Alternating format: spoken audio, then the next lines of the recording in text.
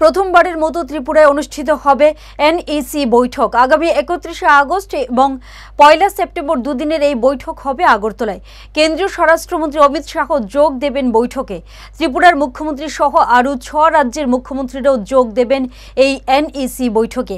যোগ দেবেন বিভিন্ন রাজ্যের রাজ্যপালরাও।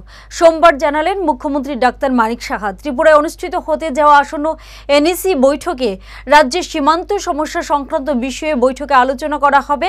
রাজ্য সরকার কি কি কাজ করেছে তাও আলোচনা করা হবে বৈঠকে বলে এদিন জানান মুখ্যমন্ত্রী ডাক্তার মানিক সাহা।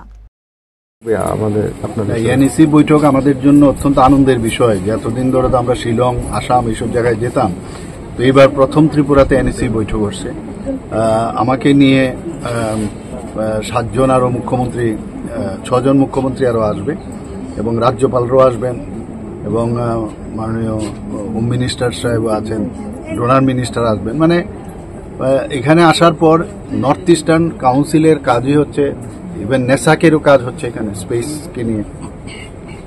তো সেই বিষয়ে আমরা আমাদের ত্রিপুরার কী সব সমস্যা আছে, বর্ডারের সমস্যা আছে, পোরাস বর্ডার আছে, আমাদের এখানে ডেভেলপমেন্টের বহু ইস্যু আছে, সেইগুলো নিয়ে আমরা কথা বলবো এবং আমরা কি কি কাজ করলাম এখন পর্যন্ত, ত্রিপুরাতে ইনোভেটিভ কি কি কাজ হয়েছে সেইগুলো বিষয়ে এখানে চর্চা হবে। বিভিন্ন নর্থ ইস্টের যে অন্যান্য রাজ্য তারও এই বিষয়ে আলোচনা রাখবে এবং আমি আশা করি যে আমি কালকেই খুব সম্ভব কথা বলেছিলাম একটা রিভিউ মিটিং করব, কি কোন কোন জায়গায় কি ব্যবস্থা, কারণ এত লোক আসছে, তাদের প্রপার থাকার ব্যবস্থা, এইসব বিষয়ে আমরা কথাবার্তা বলেছি। ডেটটা কি ফাইনাল হয়েছে?